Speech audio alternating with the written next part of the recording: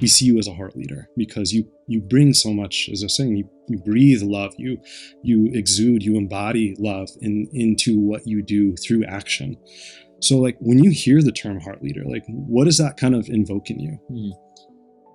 I'll answer it with with the words from a wiser man than myself. So Carl Jung, who I quote a lot, he said, "Know the theories, master the techniques, but when you meet a human soul, just be a human soul."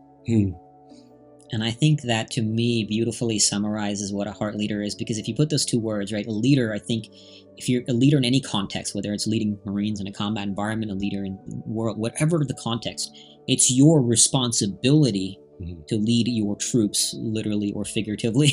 Yes. And that means, like, to the point, know the theories, master the techniques. It's your responsibility to put in the work, to be that leader, to be on the front lines, to you're not creating an army of followers, you're creating an army of other leaders, right? To cultivate leaders, you have to, like, imagine if I'm talking about Fearbana and embracing suffering and I'm sitting on a couch, like, not doing anything every day.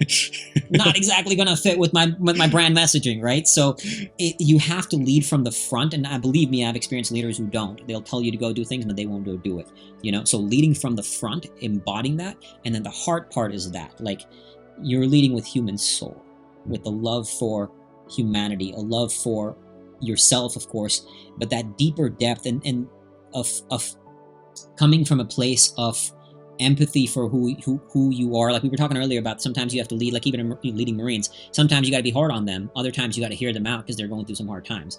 And that's your job as a leader, is to know that, know when to do which, when to, whatever the context again may be, it's to know that, but to put yourself on the line for the people you serve. And that's one of the core things I love about the Marines, was it taught me you live for the good of the group. In the Marines, nobody cares about your well-being. What matters is the men and the mission.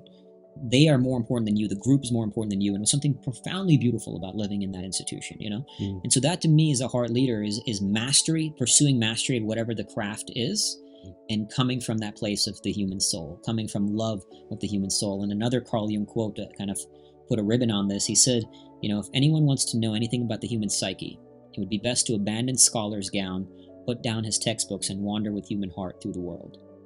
There he would reap richer stores of knowledge than textbooks afoot they could give him, and he would know how to doctor the sick with the true knowledge of the human soul. Yeah, Carl Jung is like, touches my soul, and I think that is it. Like, when you to kind of, I guess, put a ribbon on it from where we started, is having played on these playgrounds I've got to play in. You see the human soul, and a heart leader is coming from that love of the human soul, from the depth of human compassion and human understanding, and seeing that this is not another being than me, it is me. We are one in this, and I will treat this person, I will treat this human soul as my own soul.